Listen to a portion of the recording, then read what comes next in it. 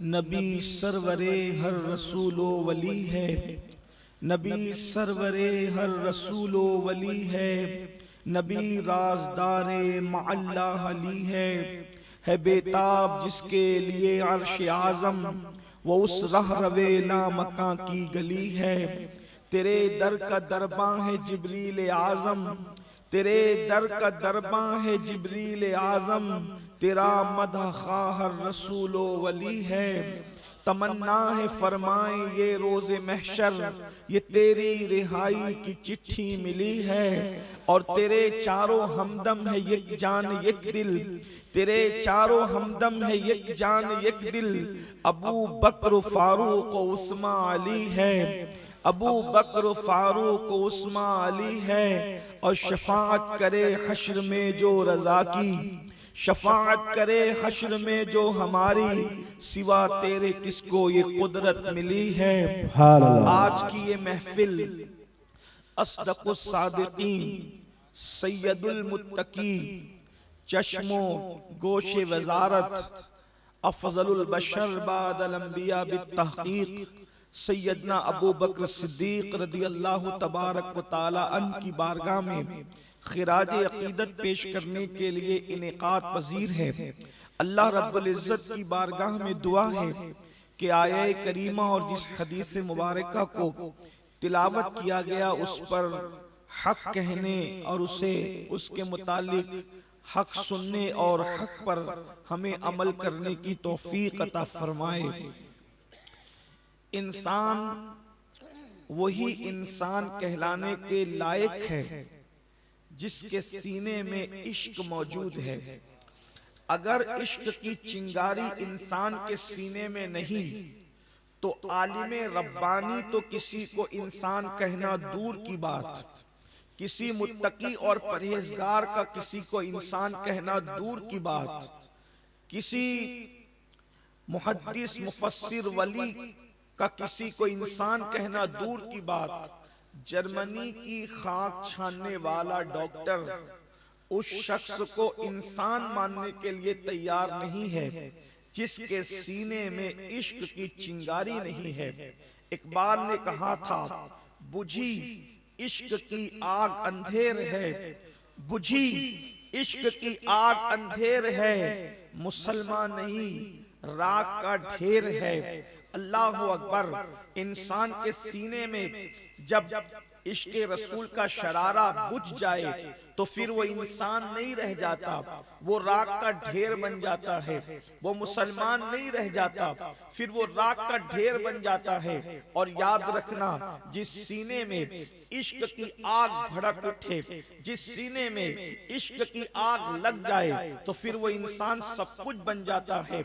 इसलिए कि दिल जो गोश्त का लटकने वाला टुकड़ा है वो तो मुर्गी मुर्गे के पास भी मौजूद है, लेकिन असल में वो कहने को तो दिल है मगर हकीकत में दिल सिर्फ अल्लाह ने हजरत इंसान को अता किया है। और हजरत इंसान में भी दिल सिर्फ उनको दिया गया है जिसमें यार की मोहब्बत मौजूद है। अगर जिसमें यार की मोहब्बत नहीं, जिसमें यार की उल्फत नहीं, फिर वो दिल नहीं, सिर्फ गोश्त का लोथड़ा है।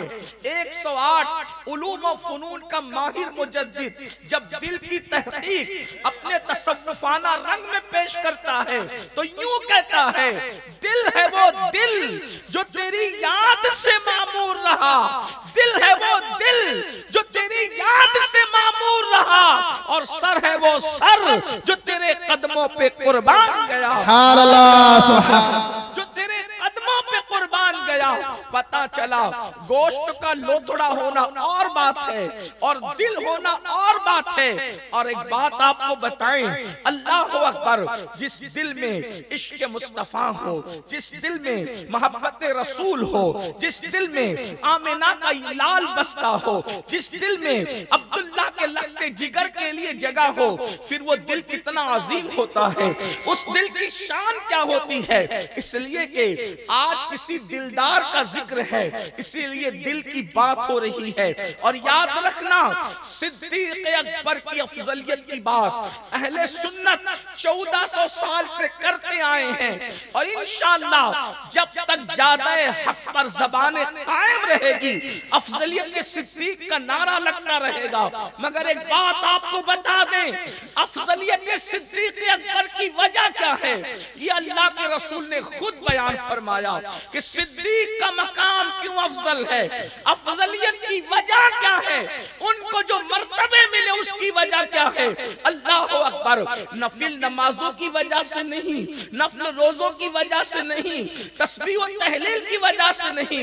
मेरे आका इरशाद फरमाते हैं, जिसको हमारे मुर्शिद हुजूर सैयदी सरकार मीर अब्दुल वाहिद बिलगिरामी रहमतुल्लाह अलैह ने सबे सनाबिल शरीफ में नकल किया है, जिसका मफहूम पेश कर रहा हूं।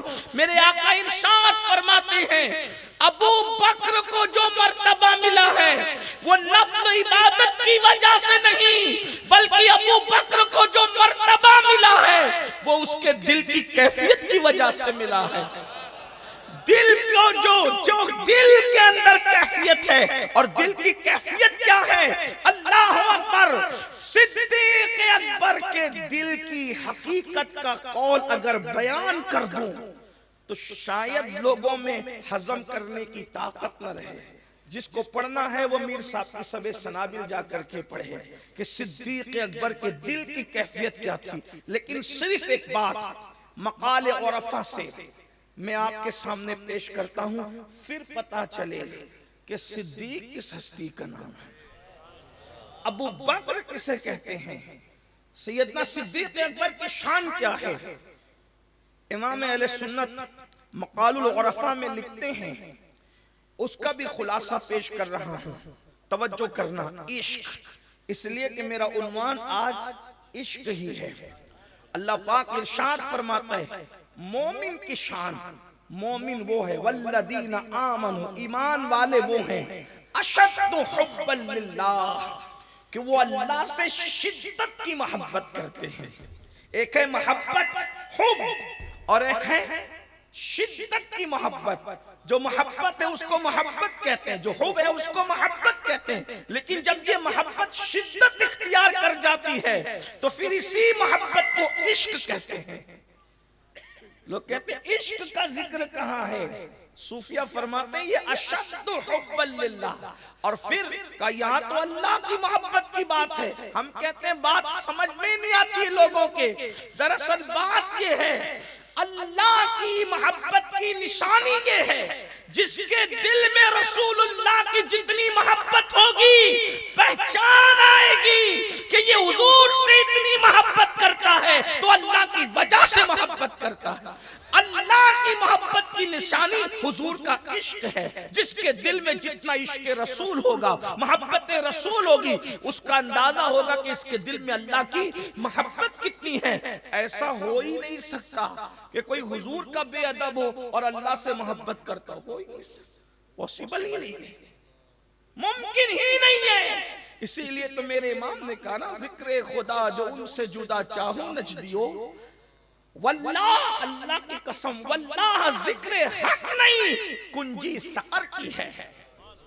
वल्लाह का जिक्र क्या हुआ, तो अर्ज ये कर रहा था इमाम अहले सुन्नत ने जो नकल किया, इश्क क्या चीज है इश्क। इसीलिए आरिफ रूमी से किसी ने पूछा कि मैं क्या बनूं कि सब कुछ बन जाऊं, तो फरमाते हैं आशिक बन जा तो सब कुछ बन जाए।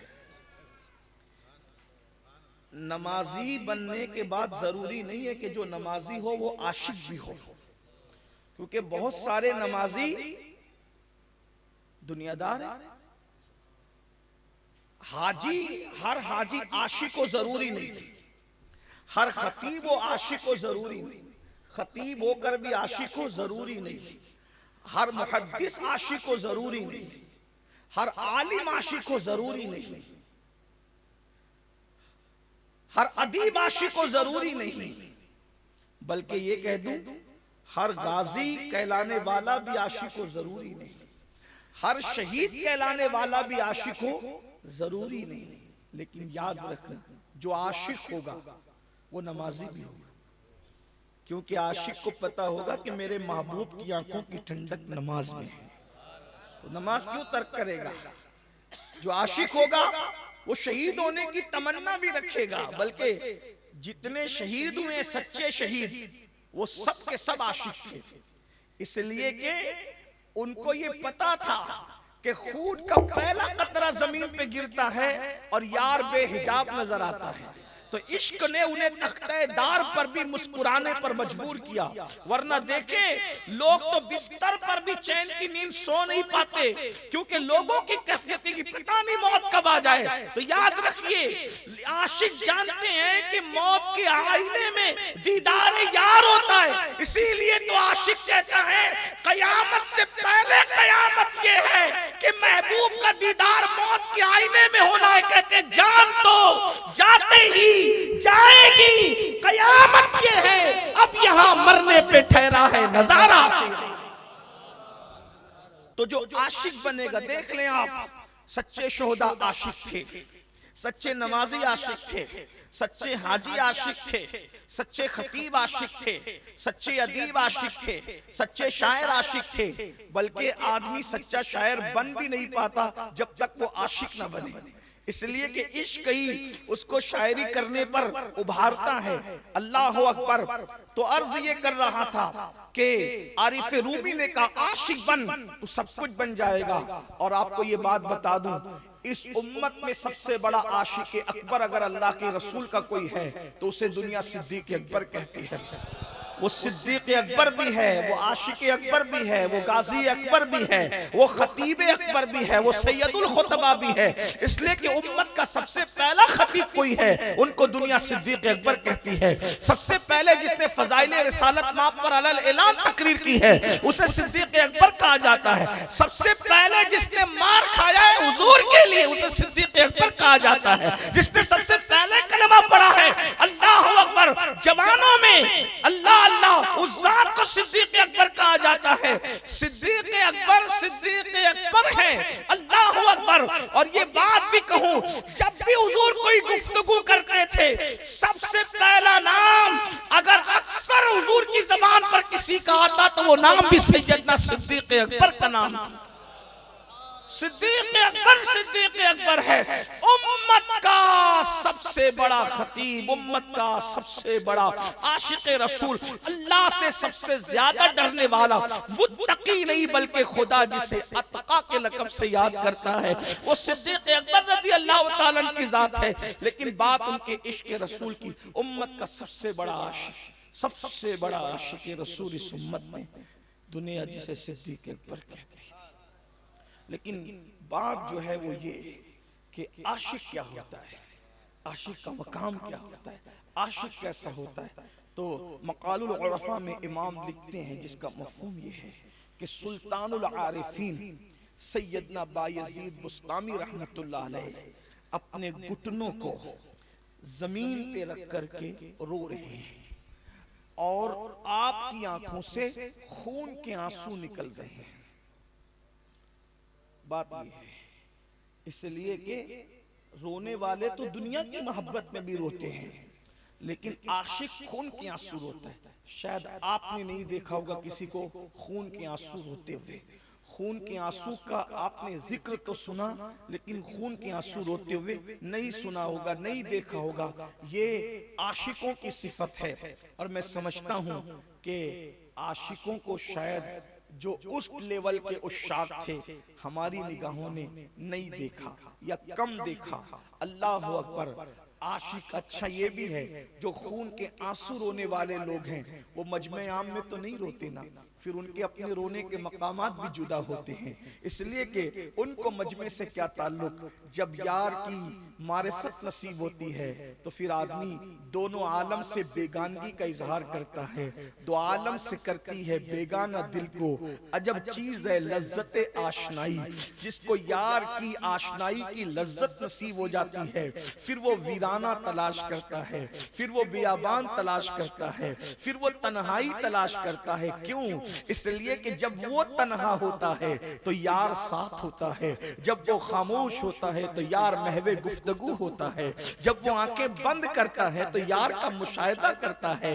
हजरत मौलाना हसन बरेलवी कहते हैं, दिल में हो याद तेरी गोशे तन्हाई हो, फिर तो खलवत में अजब अंजुमन आराई हो, आस्ताने पे तेरे सर हो अजल आई हो, और ऐ जाने जहां तू भी तमाशाई हो, उसकी किस्मत पे फिदा तख्ते शही की राहत, खाके तैबा पे जिसे चैन की नींद आई हो। सुल्तानुल आरिफीन बायजीद बुस्तामी घुटनों को टेक कर आलमे तहज्जुर में खून की आंसू रो रहे हैं। कोई मुरीद आता है और आने के बाद आपको खून के आंसू देखकर कहता है, मुर्शिद आप खून के आंसू रो रहे हैं, खून के आंसू रोने की वजह क्या है? तो सुल्तानुल आरिफीन बायजीद बुस्तामी फरमाते हैं, बेटा 2 कदम में अर्श पर गया था। आशिक की परवाज़ देखिए, आपकी तवज्जो चाचा, मैं ये बतौर तमहीद अर्ज कर रहा हूं, अभी मैंने गुफ्तगू शुरू नहीं की और सर्दी का मौसम भी है, मुझे इसका ख्याल भी है, गुजरात की सरजमीन है इसका भी ख्याल है, और इससे ज्यादा ख्याल ये कि भरूच की सरजमीन है। तो मैं आपके सामने बहुत तवील गुफ्तगू नहीं करूंगा, मैं आपके सामने तमहीद अर्ज करके थोड़ी सी बात अर्ज करके बात पूरी कर दूंगा। तवज्जो है आपकी। आशिक की परवाज़ देखें, आशिक की परवाज़ जहां कहीं कहीं फरिश्तों के पर थकते हैं, आशिकों की परवाज़ उसके आगे होती है। हाँ, यहाँ फरिश्तों से मुराद आम फरिश्ते, इसका ख्याल करें। तो क्या अर्ज कर रहा था, 2 कदम में अर्श पे गया था, तो इसमें रोने की क्या वजह है? 2 कदम में जो अर्श पे जाए उसमें रोने की वजह, रोने की वजह यह है कि जब मैं अर्श पर पहुंचा, जब मैं अर्श से मेरी मुलाकात हुई, बतौर मफहूम में सिर्फ समझाने के लिए, अर्श से मेरी मुलाकात हुई तो मैंने देखा अर्श ऐसे बेचैन है जैसे जंगल में प्यासा भेड़िया प्यास की वजह से बेकरार होता है। सुल्तानुल आरिफीन की अक्कासी पर जरा तवज्जो करें, किस अंदाज से अर्श की बेचैनी को बयान फरमाया है, किस इस्तिआरे के साथ आपने अर्श की बेकरारी को बयान किया है। अल्लाह अकबर। हुजूर मुफ्ती आजम रहमतुल्लाह अलैह उसकी अक्कासी यूं करते हैं, अर्श पर है मगर अर्श को जुस्तजू। अल्लाह अकबर। सुल्तानुल आरिफीन कहते हैं, जब मैं अर्श पर पहुंचा तो मैंने देखा कि अर्श ऐसे बेकरार और बेचैन है जैसे जंगल में प्यास की वजह से प्यासा भेड़िया बेकरार होता है। मैंने पूछा कि ऐ अर्श तू क्यों बेचैन है, तेरी बेचैनी की वजह क्या है? तो कहा मैं खुदा को ढूंढ रहा हूं, खुदा को तलाश कर रहा हूं। अल्लाह अकबर। तो उस वक्त कहा, अरे हमें तो पता दिया जाता है अर्रहमानु अलल अर्श इस्तवा, कि रहमान ने उस्तवा किया अर्श पर जैसा कि उसकी शान है। अल्लाह अकबर। हमें तो अर्श का पता दिया जा रहा है और तू कहता है कि मैं उसको उसकी जुस्तजू में हूं, उसकी तलाश में हूं। तो हजरत बायजीद फरमाते हैं, जब मैंने कहा कि हमें तो कहा जाता है रहमान अलल अर्श इस्तवा, कि रहमान ने उस्तवा किया, हमें अर्श का पता दिया जाता है, तो उस वक्त अर्श ने एक सर्द आंख खींची और सर्द आंख खींचने के बाद कहा कि बायजीद जब तुम पूछते हो तो अर्श का पता दिया जाता है, और जब हम पूछते हैं तुझे कहां तलाश करें तो हमसे कहा जाता है बायजीद जैसे आशिकों के दिल में हमें ढूंढ लो। जब बायजीद जैसा आशिक, अल्लाह अकबर, जो वली है अपने वक्त का, सुल्तानुल औलिया है, सुल्तानुल आरिफीन है, तो अर्श को उनके दिल का पता दिया जा रहा है। अगर हमें पाना चाहते हो तो बायजीद के दिल की तरफ देखो, तो जब बायजीद जैसे आशिक के दिल का ये आलम है तो वो अबू बकर सिद्दीक।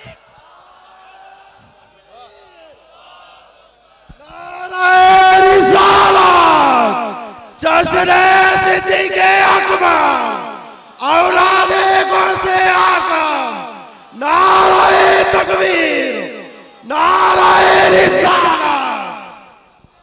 बायजीद जैसे वली आशिक के दिल की कैफियत ये है कि अर्श को कहा जा रहा है अगर हमें चाहते हो तो फिर बायजीद जैसे आशिक के दिल की तरफ अल्लाह अकबर उस तरफ रुजू करने के लिए, उस तरफ के लिए बता दिया जा रहा है। जब बायजीद के दिल का ये आलम है तो अल्लाह अकबर फिर किसी सहाबी के दिल की कैफियत क्या होगी। और जब सहाबा के दिल की कैफियत हम बयान नहीं कर सकते तो फिर जो सहाबा का बिल इत्तेफाक इमाम हो, इमाम उस सहाबा हो, उसके दिल की कैफियत का आलम क्या होगा। इसीलिए मेरे आका अलैहिस्सलाम ने फरमाया कि अगर सारी दुनिया के बल्कि सारी उम्मत का ईमान एक पल्ले में रखा जाए, पूरी उम्मत का ईमान, उम्मत में कौन कौन है अंदाजा तो करें। सादी जैसा आशिक, बोसीरी जैसा आशिक, उवैस करनी जैसा आशिक, बिलाल हबशी जैसा आशिक, अल्लाह अकबर। हजरत आरिफ रूमी कहते हैं अल्लाह अल्लाह के सिदरा पे जब कहा गया चलो जिब्रील, तो जिब्रील ने कहा नहीं जाएंगे वरना जल जाएंगे। आरिफ रूमी कहते हैं वो जिब्रील थे, जल जाना गवारा न हुआ, ना कह दिया अल्लाह अल्लाह अगर उनकी जगह बिलाल और उवैस होते तो जल जाना गवारा करते, महबूब को ना कहना गवारा नहीं करते।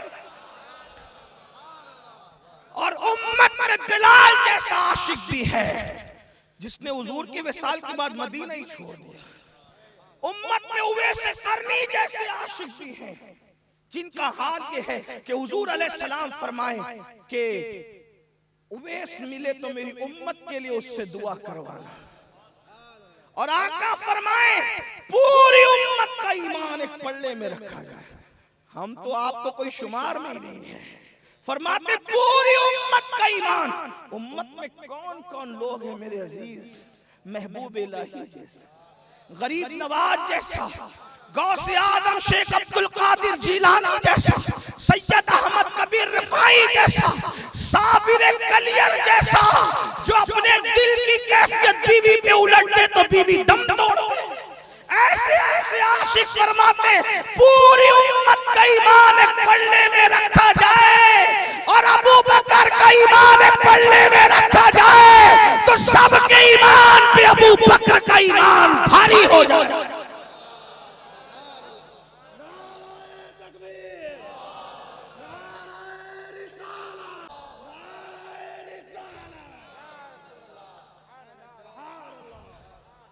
अहले सुन्नत के अकीदे में अबू बकर इज्जत करना। दाता साहब रहमतुल्लाह अलैह फरमाते हैं, सरकार दाता अली हुजवेरी रहमतुल्लाह अलैह कि रसूलुल्लाह जैसा कोई पीर नहीं और यकीनन नहीं है हुजूर जैसा पीर। इसलिए कि जितने पीर हैं हुजूर अलैहिस्सलातु व तस्लीम की वजह से पीर हैं। सच्चे पीरों की बात कर रहा हूं, जो सच्चे नहीं है उनका तो शुमार ही नहीं। जो सच्चे हैं बल्कि सच्चे भी क्या कहते हैं जर्रे झड़कर, सच्चों की हालत ये जर्रे झड़कर तेरी पैजारों के ताजे सर बनते हैं सैयारों के। और सच्चे पीरों की नुमाइंदगी ये हो रही है हमसे चोरों पे जो फरमाए करम खिलाते सर बने पुश्तारों के। भरूच वालों अगर सच्ची बात सुनना है तो कह दो अल्लाह अकबर। रसूलुल्लाह की नालैन से जो जर्रे झड़ के जर्रे लग के झड़ते हैं, अल्लाह अकबर। दुनिया का मौजूदा कोई पीर भी रसूलुल्लाह की नालैन के जर्रे के बराबर नहीं हो सकता। ये शान है तो रसूलुल्लाह जैसा पीर दाता साहब करे हुजूर जैसा कोई पीर नहीं है मगर अबू बकर सिद्दीक जैसा कोई मुरीद भी नहीं है। नारे तकबीर, नारे रिसालत, जश्ने सिद्दीक अकबर। सुभान अल्लाह, सुभान अल्लाह, सुभान अल्लाह। जब लोग महबूब इलाही को समझ नहीं पाए, तवज्जो है, महबूब इलाही को समझ नहीं पाए तो फिर महबूब इलाही के नाना मोहम्मद रसूलुल्लाह को क्या समझ सकते। और जब लोग महबूब इलाही के मामले में खुसरो को समझ नहीं पाए, जब खुसरो की कोई मिसाल नहीं है, तो फिर रसूलुल्लाह के मुरीद अबू बकर सिद्दीक की मिसाल कहां से ला? लोग क्या समझते हैं? अल्लाह अकबर तो कौन करे? दादा साहब करे रसूलुल्लाह जैसा कोई पीर नहीं और सिद्दीक अकबर जैसा कोई। आदाब मुरीदी अगर सीखना है तो सिद्दीक अकबर से। और एक बात आपको बताऊं, जो दाएं बाएं से सुन करके ये कहते हैं कि हुजूर के विसाल के बाद सहाबा बिगड़ गए थे, तो उन बिगड़े लोगों को मैं कहना चाहता हूं कि जब गरीब नवाज का ये हाल हो, गरीब नवाज 90 लाख को ईमान की दौलत देने वाले गरीब नवाज, नबी का शहजादा अताए रसूल, अना सागर को घाघर में समेटने वाले गरीब नवाज, हिंदुस्तान वालों के दिल पर राज करने वाले गरीब नवाज, हिंदुस्तान के सिंहासन पर क़यामत तक के लिए विराजमान गरीब नवाज, हुकूमत वक्त याद रखे, यहाँ तो कल दूसरा रहेगा, जमीन हिंदुस्तान का राजा हमारा ख्वाजा सदा रहेगा। गरीब नवाज की शान क्या है? सीरत निगारों ने लिखा, सरकार कुतुबुद्दीन बख्तियार काकी कहते हैं हमेशा आंखें बंद रखते थे गरीब नवाज। तवज्जो करना, अगर आपको वाकई चिश्तियत में रहना है तो तवज्जो करना। अल्लाह अकबर, सच्ची चिश्तियत सरकार कुतुब साहब से बढ़कर कौन बयान कर सकता है? गरीब नवाज के जानशीन है, फरमाते हैं गरीब नवाज अक्सर आंखें बंद करके रखते थे, लेकिन जब आंखें खोलकर किसी को तवज्जो से देख लेते, तवज्जो करना, आंखें खोलकर जब किसी को तवज्जो से देख लेते तो फिर वो नहीं रह जाता, वो नहीं रह जाता। अपने अल्फाज में समझाने के लिए कह दूं, डाकू को देख लेते, डाकू नहीं रह जाता, चोर को देख लेते, चोर नहीं रह जाता, झूठे को देख लेते, झूठा नहीं रह जाता। तासीर इतनी थी नजर में, जिसको तवज्जो से देख लिया उसको मकामे विलायत अता कर देते थे। अब बताओ, जब अताए रसूल किसी को एक नजर देखे तो इतनी बुलंदी पे ले जाते हैं, जिस रसूल ने बार अबू बकर को देखा हो और अबू बकर ने बार मुस्तफा जाने को देखा हो, तो अबू बकर क्या है ये तो बयान ही नहीं हो सकता। मुहद्दिस आज़म के लबो लहजे में कलम तोड़ दिया जाए, ज़बाने खाराज कर दी जाए, मर्तबा हज़रत सिद्दीक़ का ये है सैयद। हर फजीलत के वो जामे हैं, हर फजीलत के वो जामे हैं, हर फजीलत के वो जामे हैं नबूवत के सिवा। नारे तकबीर, नारे रिसालत, औलादे गौसे आज़म, जश्ने सिद्दीक़ अकबर। सुभान अल्लाह, सुभान अल्लाह, सुभान अल्लाह। जो नापाक दूध वाले सच्चे सैयदों को शक की नजर से देखते हैं, इनका अकीदा क्या है? तो सुनो हमारा अकीदा क्या है। नबूवत के बाद जितनी फजीलत हो सकती है तसव्वुरात में ले आओ, तसव्वुरात में हर फजीलत के जामे हैं सिद्दीक़, हर फजीलत के वो जामे हैं। और किसने कहा? किसी किसान देहाती ने नहीं, मुहद्दिस आज़म ने। हाँ, वो मुहद्दिस आज़म जब 500 उलमा स्टेज पर होते थे तो खुतबे सदारत के लिए उनको मुंतखब किया जाता था। वो मुहद्दिस आज़म कह रहा है और लोग हालात देखकर जबान बदलते हैं। वो तो तारीख़ सल्तनत का बेटा है, लोग सल्तनत के लिए बिकते हैं, वहां सल्तनत को पैर मारकर खुदा को पाने के लिए निकला जाता है, तो वहां जबानें नहीं बदलती। मुहद्दिस आज़म हिंद की चौचवी रहमतुल्लाह अलैह इरशाद, हर फजीलत के वो जामे, हर फजीलत के वो जामे हैं नबुव्वत के सिवा। कौन कह रहा है? मुहद्दिस आज़म। तो सिद्दीक़ अकबर इतने बड़े आशिक, 3 मंजिलें हैं इश्क के इजहार की। हुजूर ने ला युमिनु अहदुकुम हत्ता अकूना अहब्बा इलैहि मिन वालिदी व वलदी वन्नास अजमाइन। कोई तुम में का कामिल मोमिन नहीं हो सकता जब तक अपने नबी से मोहब्बत न करे, कितनी, अपने माँ बाप से ज्यादा, अपनी औलाद से ज्यादा और सब लोगों से ज्यादा जब तक मोहब्बत न करे। फिर एक मकाम और आगे आया एक दूसरी हदीस में, जब तक अपनी जान से ज्यादा मोहब्बत न करे कामिल मोमिन नहीं होगा। बस मुख्तसर सर्दी का ख्याल करते हुए, सिद्दीक इश्क के हर मंजिल का इमाम है।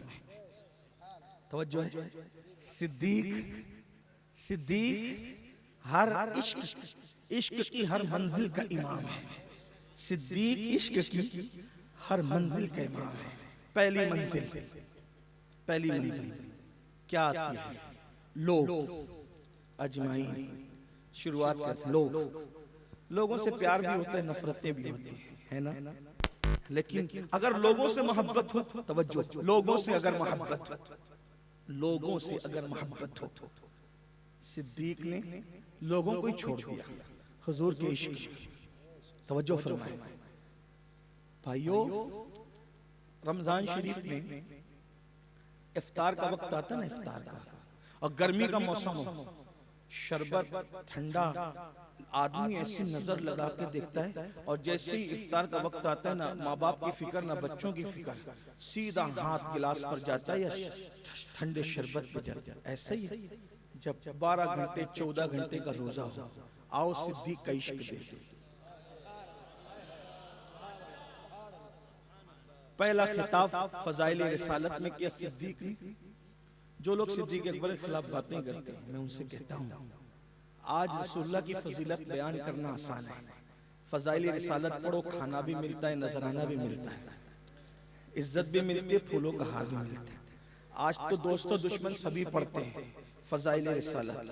मेरे आका सिद्दीक अकबर ने उस दिन पढ़ा था जब सिद्दीक ने अजमत रिसालत, मौलाना ने अभी उस पर जो है वो गुफ्तगू फरमाई कि सिद्दीक अकबर ने हुजूर के फजाइल पढ़े। इतना मारा मक्के वालों ने कि अधमरा छोड़ के भाग गए, वो भी गलत फहमी में कि मर गए, मुर्दा छोड़ समझकर छोड़ के भागे।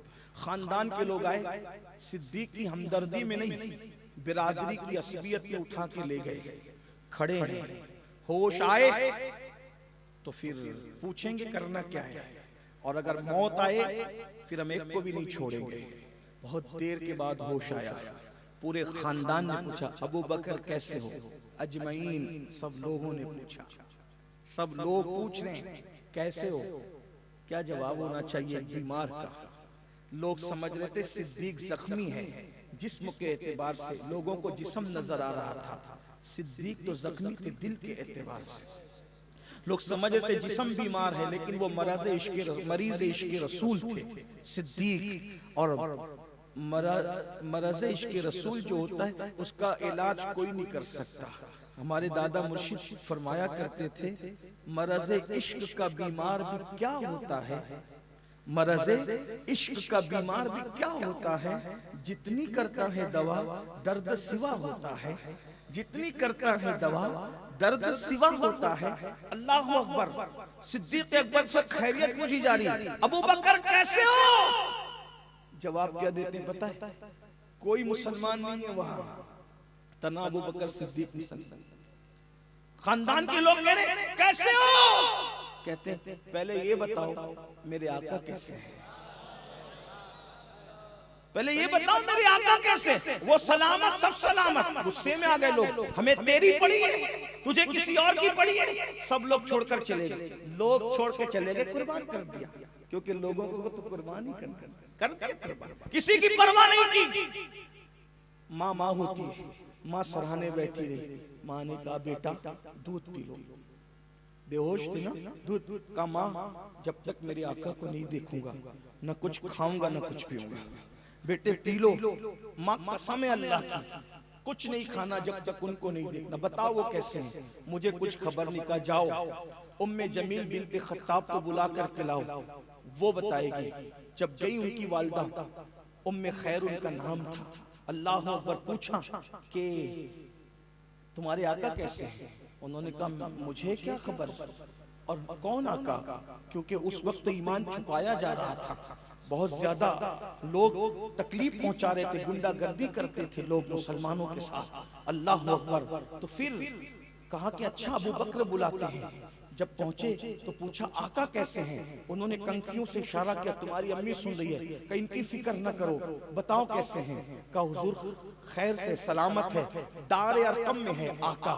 का अच्छा मुझे ले चलो। और फिर सिद्दीक माँ का और उम्मे जमील का सहारा लेकर जैसे ही गए दार अरकम की तरफ, हुजूर ने पूछा अबू बकर कैसे हो? अर्ज़ करते हुजूर आप सलामत है, मेरा सब कुछ सलामत है। और हुजूर से लिपट गए, हुजूर ने लिपटाया। और वो मंजर था कि हुजूर सिद्दीक को देख के रो रहे थे और सिद्दीक हुजूर को देखकर रो रहे थे, और दोनों को रोते देखकर सहाबा रो रहे थे। और फिर जब सिद्दीक अकबर के आंसू थमे हैं तो सिद्दीक ने अर्ज़ की आका दुआ कर दे मेरी माँ भी मुसलमान हो जाए, अल्लाह इनको भी ईमान की दौलत अता कर दे। बस हुजूर के हाथ क्या उठने थे, फिर उस दुआ की शान ही क्या, वो तो खुद जाने दुआ है, वो तो खुद शाने दुआ है। अल्लाह अकबर। मेरे इमाम उस दुआ का तसव्वुर यूं बांधते हैं, इनायत का जोड़ा, इजाबत का सेहरा, दुल्हन बन के निकली दुआए मोहम्मद, इजाबत ने झुककर गले से लगाया, बड़ी नाज से जब दुआए मोहम्मद। अल्लाह अकबर। इधर हाथ उठे और उधर सिद्दीक अकबर की अम्मी को ईमान कबूल करने की तौफीक नसीब हो गई, और उसी वक्त उनकी वालिदा ने ईमान कबूल किया। ये अबू बकर सिद्दीक हैं जिनके माँ बाप भी सहाबी हैं, जो खुद भी सहाबी हैं, इनके बेटे भी सहाबी हैं और इनके पोते भी सहाबी हैं। जिसकी चार चार पुश्ते सहाबियत पर हो उसे सिद्दीक अकबर कहते हैं। लोगों को कुर्बान की परवाह नहीं की। दूसरी मंजिल आती है लोगों के बाद माल, औलाद से पहले माल। क्योंकि जब बच्चा बीमार पड़ता है तो आदमी क्या कहता है, डॉक्टर साहब जितना माल चाहे ले लो, मेरा बच्चा अच्छा हो जाए। ऐसे ही है ना, यानी कि अब माल की बारी। सिद्दीक ने माल से ज्यादा हुजूर को चाहा। आजकल के आशिकों की बात नहीं कर रहा हूँ जो 250 रुपए की चप्पल बेचने के लिए भी अल्लाह की झूठी कसम खा लेते हैं, उनकी बात नहीं कर रहा हूँ। जो सब्जी बेचने के लिए भी अल्लाह की झूठी कसम खा लेते हैं, जो हुजूर के लिए अगर कभी मजमे में रो भी दे तो ख्याल करते कोई देख रहा है कि नहीं देख रहा है। नादान इबादत में रियाकारी करते करते कितना रियाकार हो गया। ये इश्क में भी रियाकारी करने लगा। जो इश्क में रिया करे उससे बड़ा मुनाफिक कौन हो सकता है? याद रखना, आदमी हर जगह दिखावा करता है लेकिन वो इश्क में सच्चा होता है। इसलिए याद रखना, दुआ करो अल्लाह हमें सच्चा करे इश्क में, अल्लाह हमें खाक करे उनकी तलब में। माल किसको पसंद नहीं? माल के लिए भाई भाई का गला काटता है ना? माल के लिए क्या नहीं, लोग जमीर बेचते हैं, मसलक बदलते हैं, जबानें बिकती है, कलम बिकते हैं, खिताबात बिकते हैं, सब बिकता है, सब बिकता है इस दुनिया में, सब बिकता है। और पैसे से सब खरीदा जा सकता है। इन्ना लिल्लाहि व इन्ना। अगर बिकता नहीं कोई है तो उसे आशिक कहते हैं। आशिक को कभी खरीदा नहीं जा सकता, जो सच्चा आशिक उसको कभी खरीदा, उसको सिर्फ महबूब खरीदेगा, कोई नहीं खरीद सकता। ये बात है। बिलाल को किसने खरीदा? जब तक बिलाल आशिक नहीं थे लोग खरीदते रहे। जिस दिन बिलाल आशिक हो गए तो महबूब के सिवा खरीद कौन सकता? ये इश्क, इसलिए कि इश्क की बोली हर कोई लगा ही नहीं सकता। इश्क की बोली हर कोई लगा ही नहीं सकता, ये तो बात ही जुदा है। सिद्दीक अकबर ने माल की कभी परवाह नहीं की। जिस दिन मुसलमान हुए सिद्दीक अकबर, जिस दिन ईमान लाए हुजूर, बल्कि एक बात आपसे अर्ज करूं, इन्होंने तो पूरी जिंदगी कभी शिर्क किया ही नहीं था, बुत परस्ती कभी नहीं, पूरी जिंदगी कभी बुत परस्ती नहीं की। शराब जब हराम नहीं थी तब भी अबू बकर सिद्दीक ने कभी शराब को हाथ नहीं लगाया। जब लोग जानवरों के साथ जिना कर लेते थे तब भी सिद्दीक अकबर बदकारी की तरफ नहीं गए। क्यों? इसलिए कि खुदा ने उनको महबूब की वजारत के लिए चुन लिया, हुजूर की खिलाफत के लिए चुन लिया था। और ये बात किताबों में मौजूद है कि आसमानी किताबों में ये बात थी कि उनके वजीर की शान क्या होगी, बल्कि आप जब तशरीफ ले गए ऐलान नबूवत, हुजूर ने अभी नबूवत का ऐलान नहीं किया था, यमन गए तो सिद्दीक अकबर को देख करके एक राहिब ने कहा, क्या तुम मक्के से नहीं आ रहे हो, तुम मक्की नहीं हो? कहा बिल्कुल मक्के से आ रहा हूं। तो तुम्हारा कबीला? तो कहा बनु तमीम का रहने के कबीले से ताल्लुक रखता हूं। तो कहा क्या अपने पेट से कपड़ा हटा सकते हो? तो कहा ये पेट देखने की क्या जरूरत है, मैं नहीं हटाता पेट से कपड़ा, इतने बाहया था, पेट से कपड़ा नहीं हटाया। कब? अभी नबूवत का ऐलान। और अबू बकर वो हैं जिन्हें बचपन ही से रसूलुल्लाह की दोस्ती का शरफ मिला था। दोनों की उम्र में 2.5 या 3 साल का फर्क था। सिद्दीक अकबर की उम्र 2.5 या 3 साल कम थी बस, बाकी हुजूर अलैहिस्सलातु व तस्लीम तो चूंकि बजाहिर 2.5-3 साल की उम्र में जो वो कोई ज्यादा फर्क नहीं होता, तो दोस्ती में जो वो इस तरह से होता है। तो सिद्दीक अकबर हुजूर के बचपन के दोस्त थे। आपकी मालूमात के लिए बता दूं, हमारे बाज़ बुजुर्गों ने लिखा है सैयदा खदीजतुल कुबरा के निकाह के दिन अल्लाह के रसूल ने जो लिबास पहना था वो सिद्दीक अकबर ने बतौर हदिया किया हुआ था। पहले निकाह में रसूलुल्लाह ने जो हमारे उलमा ने लिखा है, पता नहीं लिखने वालों ने कहां तक इंसाफ किया, लेकिन हमारी किताबों में ये मौजूद है, बाज़ किताबों के अंदर, कि सिद्दीक अकबर उस वक्त भी हुजूर के साथ थे जब सैयदा खदीजा के साथ हुजूर का निकाह किया जा रहा था। क्योंकि आप दोस्त की हैसियत से साथ साथ थे। 12 साल की उम्र में हुजूर अलैहिस्सलातु व तस्लीम जो मुल्क के शाम के काफिले में थे, उस काफिले में भी सिद्दीक अकबर अपने घर वालों के साथ, यानी अपने जो वो बड़ों के साथ वो थे, वो भी उस वक्त साथ गए हुए थे। बहरहाल तो अर्ज ये कर रहा था कि सैयदना सिद्दीक अकबर ने फरमाया कि ये पेट से कपड़ा हटाने की बात क्यों आ गई, और तुम मेरा पेट क्यों देखना चाहते हो? हालांकि मर्दों का पेट अगर कोई मर्द देखे तो मैं नहीं समझता कि कोई बहुत बड़ी ऐब की बात समझी जाती है, और आज तो और भी कोई ऐब की बात नहीं है।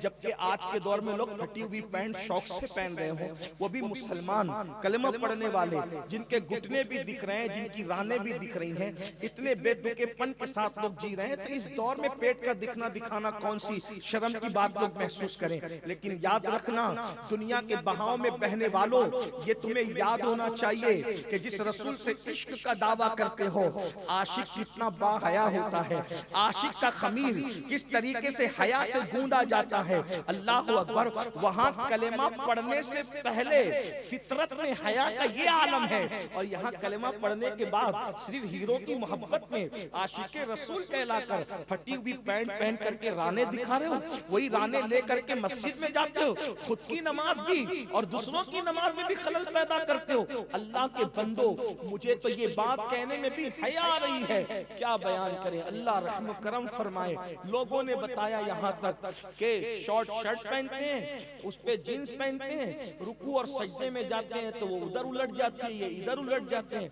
और पीछे से सतरे औरत नजर आता है। सोचो अल्लाह के घर का तकद्दुस कितना पामाल हो रहा है। फिर मुसलमान कहता है हम आशिक रसूल होकर मौलाना क्यों सताए जा रहे हैं? आशिक रसूल होकर सताए नहीं जा रहे हैं, हुजूर का दिल दुखाने की वजह से सताए जा रहे हैं, हुजूर को गुंबदे खजरा में रंजीदा करने की वजह से सताए जा रहे हैं। अल्लाह की इज्जत की कसम, जिस दिन मुसलमान हुजूर का दिल खुश करने लगेगा, खुदा सारी खुशियां तुम्हारे कदमों में डाल देगा।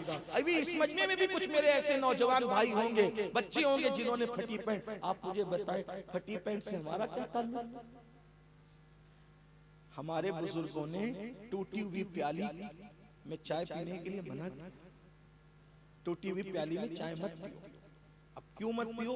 उस पे वो लोग बड़ी बातें करते हैं, ये तो ऐसा कहते हैं। मैंने कहा ऐसा भी तो सोच सकते हो कि टूटी हुई प्याली में चाय पियोगे उससे होठ कट जाएगा, इसलिए भी तो मना किया जा सकता है। टूटी हुई कंघी इस्तेमाल मत करो, शिकस्ता कंघी मत इस्तेमाल किया, है ना? आप मुझे बताएं। और हमारे यहाँ मजहब इस्लाम में अगर गुर्बत की वजह से कपड़ा फट जाए तो फटा मत रहने, गरीब होना कोई बात नहीं, उस पे पेवर लगा, है ना? गुर्बत की वजह से फट जाए, फटा मत पहने। गुर्बत की वजह से भी तुम्हारा बदन कोई ना देख सके। जो मजहब गुर्बत में पेवर की तालीम देता हो, तो फिर आप करोड़पति होने के बाद भी अगर 10,000 की डैमेज पैंट खरीदने जा रहे हैं तो ये बेगैरती की इंतहा है कि नहीं? गुर्बत में भी आप अपने जिस्म की नुमाइश नहीं कर सकते, पेवन लगाओ। और मैं तो ये कहता हूं, दो आलम के बादशाह ने, दो आलम के बादशाह ने अपने लिबास में सिर्फ इसलिए शायद पेवन लगाया होगा ताकि पेवन लगाना मेरी सुन्नत हो जाए, तो मैं गरीबों की गुर्बत पर अपनी सुन्नत का पर्दा डालता हूं। हुजूर ने पेवन लगाया, लेकिन अफसोस है कि जिस रसूल ने पेवन लगाकर लिबास पहना, आज उसकी उम्मत के जवान अल्लाह फटे। और कहां से फटे? बाज़ाब्ता रानी नजर, घुटने से लेकर नाफ तक का जो हिस्सा है, नाफ के नीचे से लेकर घुटने तक, उसको सतरे औरत में शुमार किया गया है। और उसका देखना भी हराम है किसी का, और उसको दिखाना भी हराम है, बिलाउज़ शरई हराम है। अल्लाह की बारगाह में तौबा करो, मुआफी तलब करो, अच्छे कपड़े पहनो, शरीफों वाले लिबास पहनो, तो बात दूर ना निकल जाए। अर्ज क्या कर रहा था कि उस बूढ़े ने कहा, राहिब ने, तेरा पेट दिखा। तो फरमाया पेट दिखाने की बात क्यों आ गई यहाँ? तो तब उसने कहा, मैंने अपनी अगली आसमानी किताबों में पढ़ा है कि खातिमुन नबीयीन होगा, आखिरी नबी दुनिया में तशरीफ लाएगा, मक्के में वो पैदा होगा, मदीने में हिजरत करेगा, जहाँ खजूर के दरख्त हैं वहाँ वो हिजरत करेगा, और उसका वजीर होगा जो उस पर जवानों में सबसे पहले ईमान लाएगा।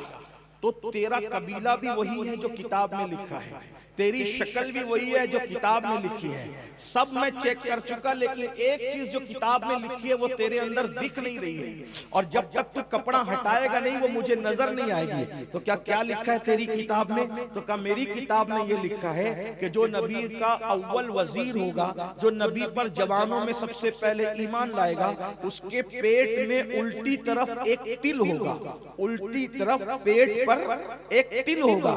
अभी तक वो तिल सिद्दीक अकबर ने भी नहीं देखा था, अभी तक वो तिल सिद्दीक अकबर ने भी नहीं देखा था। आपको हैरत हुई तो कहा कि तेरा कबीला वही है जो तूने बताया, तेरा पैदाइश की जगह वही है जो तूने बताया, तेरा होलिया भी मैं देख रहा हूँ, लेकिन बस वो तिल देखना चाहता हूँ। मैं कोई बेहया आदमी नहीं, मैं राहिब हूँ, आसमानी किताबों का आलिम हूँ, मुझे वो तिल देखना है। कितने तुम्हारे जिस्म में तिल है आपको भी नहीं पता। हाथों पर हो तो तवज्जो चली जाती है, पैरों पर हो तो तवज्जो चली जाती है, जिस्म के तिल पर तवज्जो नहीं जाती। अल्लाह अकबर। जब सिद्दीक अकबर ने पेट से कपड़ा हटाया तो खुद सिद्दीक को भी हैरत हुई कि अब तक मैं अपना तिल नहीं देख सका था, जो इस बूढ़े ने तवज्जो दिलाई। तो देखा कि बाईं तरफ तिल है, तिल को देखा। फिर वो राहिब ने 12 शेर हुजूर की नात के लिखे और कहा, जा और जाना उसको मेरा सलाम कहना और कहना कि मैंने उनकी शान में ये लिखा है, जा करके पेश कर देना। लेकिन ये बात आगे बढ़ाने से पहले बताओ मुसलमानों, अबू बकर को समझते क्या हो? अल्लाह ने आसमानी किताबों में अबू बकर के पेट का तिल भी बयान किया है। जिसके पेट का तिल आसमानी किताबों में बयान किया जाए उसे अबू बकर सिद्दीक कहते हैं। आप अंदाजा फरमाए सिद्दीक अकबर की शान। और यमन में थे, सोचा कि कौन होगा, वो कौन होगा जो आखिरी नबी और मैं उसका वजीर, उस पे पहला ईमान लाने वाला। जैसे ही लौट कर यमन से मक्का गए, बैठे तो कुछ टेढ़े तिरछे जमा हुए, क्योंकि वो बहुत बड़े ताजिर थे। सिद्दीक अकबर शरीफ आदमी थे, लोग बड़ी इज्जत की नजर से देखते थे।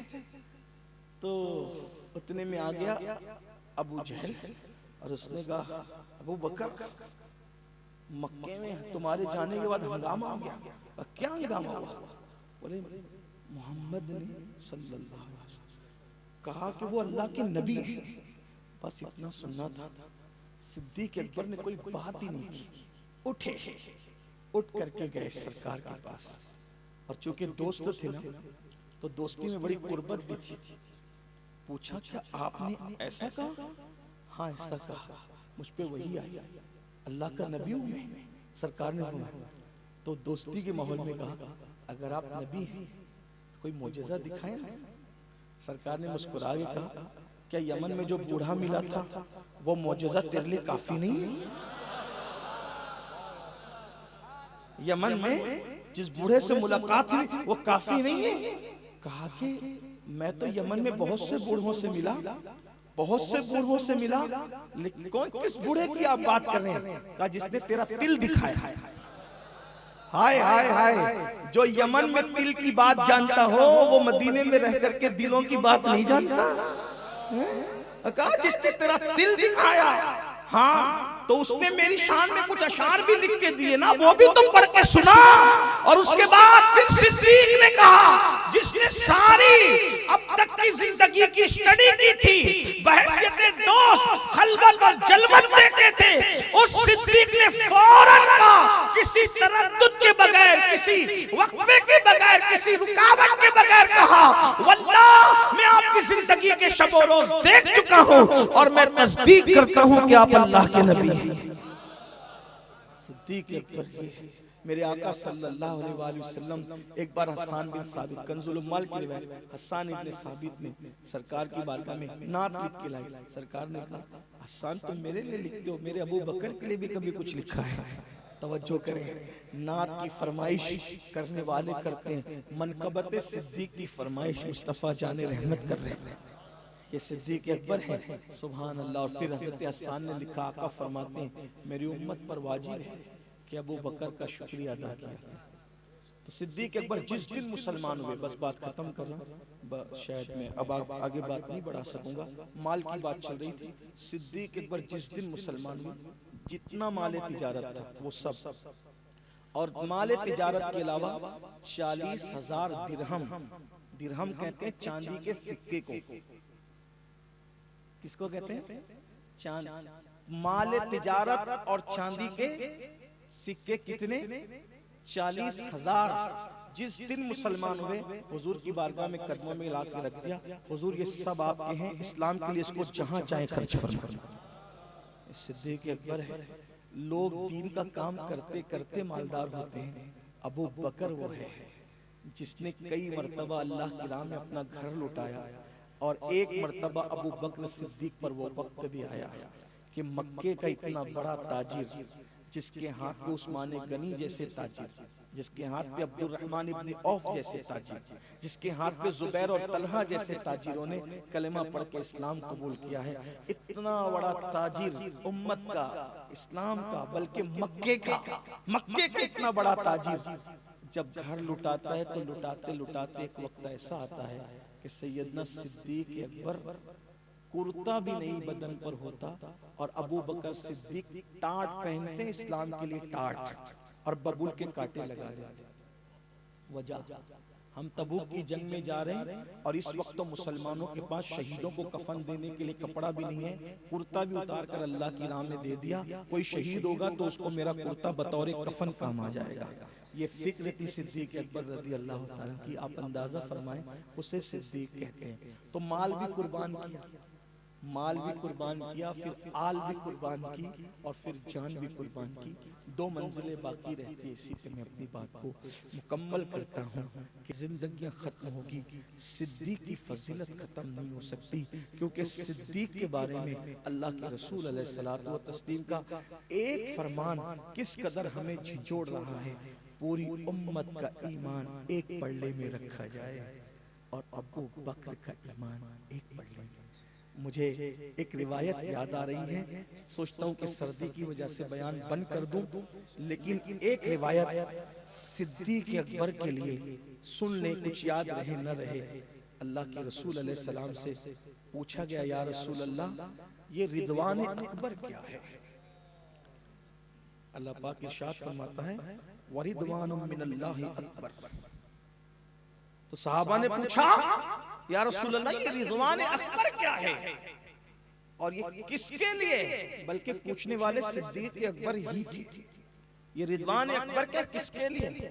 फरमाया, अबू बकर, रिदवान अकबर तेरे लिए, रिदवान अकबर तेरे लिए। हुजूर ये है क्या? मेरे लिए तो है क्या? क्या फरमाया पता है? अबू बकर, अल्लाह पाक जन्नतियों के लिए आम तजल्ली फरमाएगा जैसा कि उसकी शान, यानी किसी को सुबह दीदार होगा, किसी को शाम होगा, किसी को सिर्फ समझाने के लिए दिन में एक बार होगा, किसी को हफ्ते में एक बार होगा, ऐसे है ना। लेकिन आका फरमाते हैं, रिदवान अकबर के अबू बकर लोगों को के लिए आम तजल्ली फरमाएगा और लोग अल्लाह का दीदार करेंगे। कैसे करेंगे कैफियत तो अल्लाह जाने। हमारे बुजुर्गों ने कहा जब करेंगे तब बता देंगे, है ना। तो फिर फरमाते हैं आका, लेकिन जिनको रिजवान अकबर मिलेगी अल्लाह उनके लिए खास तजल्ली फरमाएगा, उनके लिए खास तजल्ली की जाएगी। और वो रिजवान अकबर का मकाम किसको दिया गया? अबू बकर, अल्लाह ने वो तुझे अता फरमाया। मतलब क्या? खुदा जब अपना दीदार कराएगा तो अल्लाह पाक अपनी शान के मुताबिक आम दीदार सबको कराएगा, लेकिन जब बारी यारे गार की आएगी तो उनके लिए खास तजल्ली फरमाई जाएगी, जैसा कि उसकी ये है सिद्दीक अकबर। इसलिए बड़ी तकलीफ होती है उस वक्त कि हम लोग 11वीं शरीफ की न्यास करते हैं। 11वीं शरीफ की न्यास पे तकलीफ नहीं होती, वरना पता चला क्लिप कट के जाएगी तो आगे देखो एक नई बात करते हैं। हाँ, उस पे तकलीफ नहीं होती। तकलीफ इस पर होती है कि हम हर महीना 11वीं तो करते हैं, लेकिन साल में हम 22वीं नहीं करते। क्या मतलब? मतलब यह है कि हम गौस पाक की न्यास तो करते हैं, लेकिन सिद्दीक अकबर की न्यास कब करोगे? गौसे पाक से पहले अगर हमारे इसाले सवाब का कोई हकदार है तो वो हुजूर के यार लोग, जो गौसे आजम के भी मुर्शिद लोग हैं, गरीब नवाज के मुर्शिद। 11वीं करो, धूम से करो, मैं मना नहीं कर रहा, अल्हम्दुलिल्लाह मैं खुद इस पर आमिल हूँ। और बल्कि जब दोस्त मुझसे कहते हैं गुर्बत की तंगदस्ती की शिकायत करते तो मैं लोगों को हुजूर मुजाहिद मिल्लत रहमतुल्लाह अलैह का अमल बताता हूँ। 11वीं करो फला पाओ, 11वीं करके देखो, हर महीना गौस पाक के नाम की फातिहा दिला के देखो, तंगदस्ती दूर ना हो तो फिर कहना। हमारे सरकार मुजाहिद मिल्लत रहमतुल्लाह अलैह लोगों को बताया करते थे, जब लोग आगे कहते थे परेशान हो जाए कोई तावीज़ तो फरमाए 11वीं करो, हर महीना 11वीं। अब लोग कहेंगे 11वीं से क्या होगा? मैंने कहा जब होगा देख लेना, सच्ची अकीदत से करके देख। यहाँ अकीदत का मामला है ना। मुर्शिद इजाजत कहते हैं ना, यकीन वाले कहाँ से चले कहाँ पहुँचे, यकीन वाले कहाँ से चले कहाँ पहुँचे, जो अहले शक हैं अगर में मगर में रहते हैं, जो मस्जिद का चंदा खा जाए उसको कब तौफीक होगी 11वीं करने की? ये तो सुन्नियों का मुकद्दर है कि हम बहाने बहाने खिलाने के जो है वो तरीके जानते हैं, और हमारे बुजुर्गों ने ये हमें तरीका बताया है। तो अर्ज ये कर रहा था 11वीं पे तकलीफ नहीं है, लेकिन ये जरूर कहूंगा अफसोस है सिद्दीक अकबर की 22वीं आ जाए, सैयदना फारूक आजम की शहादत की तारीख आ जाए, उस्मान गनी की शहादत की तारीख आ जाए, मौलाए कायनात की शहादत की तारीख आ जाए, हमारी मस्जिदों में सन्नाटा क्यों होता? हमारे घरों में इसाले सवाब क्यों नहीं होता? जब आप अपने घर में कोई एहतिमाम ही नहीं करोगे तो आपको कैसे पता चलेगा आपकी नस्लों को कि सिद्दीक अकबर कौन थे, फारूक आजम कौन थे, उस्मान गनी कौन थे, मौला अली कौन थे, बिलाल बख्शी कौन थे, जिनकी तारीखें कम से कम लोगों को याद है, उनकी तारीखों में तो इसाले सवाब की तकरीब करो और फिर देखो ये हुजूर के महबूब लोग, हुजूर ने जिनको चाहा। सरकार ने एक मर्तबा एक हाथ अबू बकर सिद्दीक का अपने हाथ में लिया, दूसरा हाथ फारूक आजम का हाथ में, और सहाबा का देख रहे हो हम किस हालत में? हाँ देख रहे या रसूल अल्लाह। फरमाते हैं जैसे आज देख रहे हो ना, हम कयामत में भी इसी तरह आएंगे। तवज्जो करें, हुजूर अलैहिस्सलाम फरमा रहे अबू बकर का हाथ मेरे हाथ में इस तरह होगा और उमर का हाथ मेरे हाथ में इस तरह होगा, इस शान से आएंगे। इसलिए पीर नसीरुद्दीन नसीर ने बहुत अच्छी बात कही है, कहते हैं नाम आते ही अबू बकर उमर का लब पर, नाम आते ही अबू बकर उमर का लब पर। क्यों बिगड़ता है? वो पहलू में सुलाए हुए हैं, हुजूर तो पहलू में सुलाए और तू क्यों बिगड़ रहा है उनका नाम आने पर? तो याद रखिए उनके नाम की साले सवाब की मजलिसें करें, महफिलें करें और सिद्दीक अकबर का जिक्र करें। आका फरमाते, अल्लाह के रसूल सल्लल्लाहु अलैहि वसल्लम इरशाद फरमाते, मेरी उम्मत पर लाजिम है कि वो मेरे अबू बकर का शुक्रिया अदा करें। हम क्या शुक्रिया अदा कर सकते हैं? जिसने, एक बात फिर याद आई, कहता हूँ आपको, जब मस्जिद नबवी की जमीन खरीदने की बात आई, जब मस्जिद नबवी की जमीन खरीदने की बात आई तो सरकार ने खुद चाहा कि मैं रकम अदा करूं। यतीम बच्चों की जमीन थी, वो बच्चे चाह रहे थे कि हम वक्फ कर दे। सरकार ने फरमाया नहीं, तुम यतीम हो, बच्चे हो, नहीं लिया। आका अलैहिस्सलाम ने कहा हम रकम अदा करें। सिद्दीक ने कहा हुजूर मैं दे देता हूँ। आका ने फरमाया ये काम मैं करना चाहता हूँ। सिद्दीक ने कहा हुजूर मैं भी तो आप ही का हूँ, मेरा माल भी आपका है। और फिर मस्जिद के लिए जगह खरीदी। कौन सी मस्जिद? मस्जिद नबवी के लिए। मस्जिद नबवी के लिए क्या समझे? मस्जिद नबवी के लिए जगह खरीदने का मतलब क्या समझे? इश्क वालों को इसमें ध्यान करना चाहिए। कुछ बातें ऐसी होती है जो किताबों में नहीं लिखी होती, लेकिन इश्क की नजर से देखो तो समझ में आता है। मस्जिद नबवी की जमीन खरीदने का मतलब क्या है? क्या मतलब हुआ? तो मतलब क्या हुआ? ये मतलब हुआ कि किसी ने भरूच की मस्जिद के अंदर भरूच की मस्जिद के लिए जगह खरीद के दी और फिर हुजूर शेखुल इस्लाम आए, उसमें आपने नमाज अदा फरमाई। बताओ खरीदने वाला कितना भी बड़ा मालदार है, वो क्या शेखुल इस्लाम की तरह नमाज अदा कर सकता है? नहीं कर सकता। माल तो है, जमीन खरीद ली और वक्फ कर दी मस्जिद के लिए, पूरी जिंदगी शेखुल इस्लाम की तरह सजदा नहीं कर सकता। मगर अगर शेखुल इस्लाम के सजदे का सवाब हासिल करना हो तो क्या? मस्जिद के लिए जगह वक्फ की और वक्फ करने के बाद शेखुल इस्लाम ने आके नमाज पढ़ ली। नमाज शेखुल इस्लाम ने पढ़ी, अब उनके सजदे का जो सवाब मिला, उनके सवाब में कोई कमी किए बगैर अल्लाह शेखुल इस्लाम के वो सारे सजदों का सवाब उसको देगा जिसने मस्जिद के लिए जमीन खरीद के वक्फ की थी।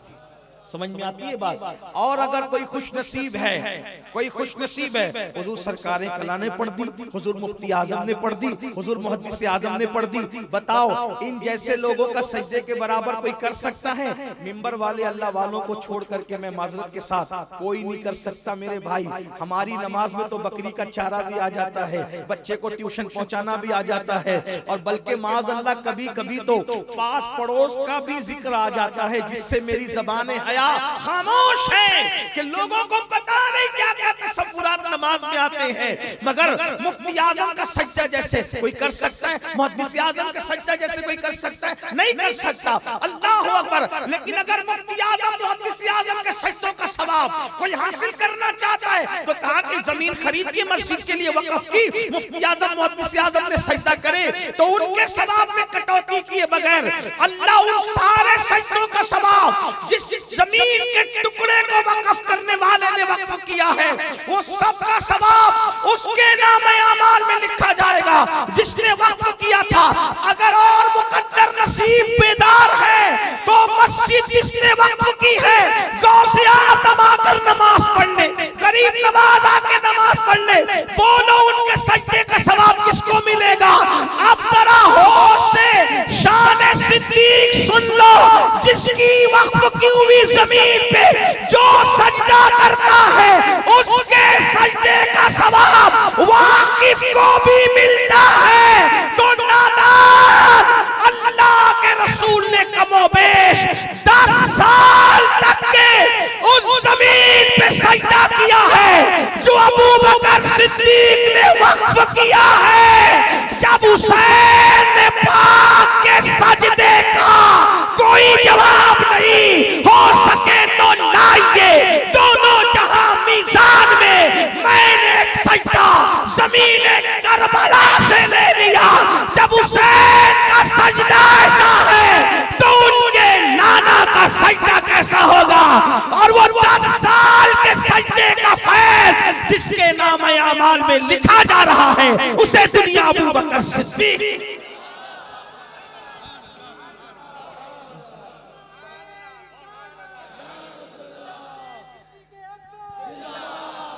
और एक बात, हुजूर का एक सजदा भी लिखा जाना उनके लिए काफी था, लेकिन उस पर सहाबा ने नमाजें पढ़ी, फारूक आजम ने पढ़ी, मौला अली ने पढ़ी। उस मौला अली ने पढ़ी कि तीर निकल गया नमाज में, खबर नहीं। तवज्जो तो फरमाए, साद ने पढ़ी, सईद ने पढ़ी, तलहा ने पढ़ी, जुबैर ने पढ़ी, अबू हुरैरा ने पढ़ी, बिलाल ने पढ़ी, उवैसे करनी ने पढ़ी, गौसे आज़म ने पढ़ी, गरीब नवाज। और आज भी लोग जाते हैं, इतनी बड़ी मस्जिद बन गई लेकिन नंबर वही लगा के खड़े रहते हैं जो सिद्दीक ने वक्फ, नंबर वही लगा के खड़े रहते हैं जो सिद्दीक ने वक्फ किया। और सिद्दीक को गाली देने के बाद भी सिद्दीक की वक्फ की हुई जमीन को हसरत से देखते हैं। नादान, जरा गौर तो कर, जरा गौर तो कर कि तू किसकी बात करता है। इसीलिए मुहद्दिस आज़म का शेर ये हजारों तकरीर पर भारी है। सैयद ने कमाल किया, कमाल किया, और सारे सैयदों का अकीदा शान से बयान किया। मर्तबा सारी तकरीरें करने के बाद भी 2 मिसरे ना पढ़े तो ऐसा लगता है जैसे खाने में नमक के बगैर खाने में मजा नहीं आता। जश्न सिद्दीक बयान हो और ये दो मिसरे याद हो और जानबूझ के कोई फरामोश कर दे तो बिल्कुल ऐसे ही लगता है। सब बयान करके भी जी नहीं भरता। तो क्या कहते हैं, मर्तबा हजरत सिद्दीक का ये है सैयद, हर फजीलत के वो जामे हैं, नबुव्वत के सिवा। अल्लाह फैज़ सिद्दीक से हम सबको माला माल करे। दौरान गुफ्तगू कोई गलती हो तो अल्लाह ताला उसको भी माफ करे। अस्तगफिरुल्लाह रब्बी इन्ना रब्बी लगफूरुर रहीम व मा अलैना इल्लल बलाग। अस्सलामु अलैकुम।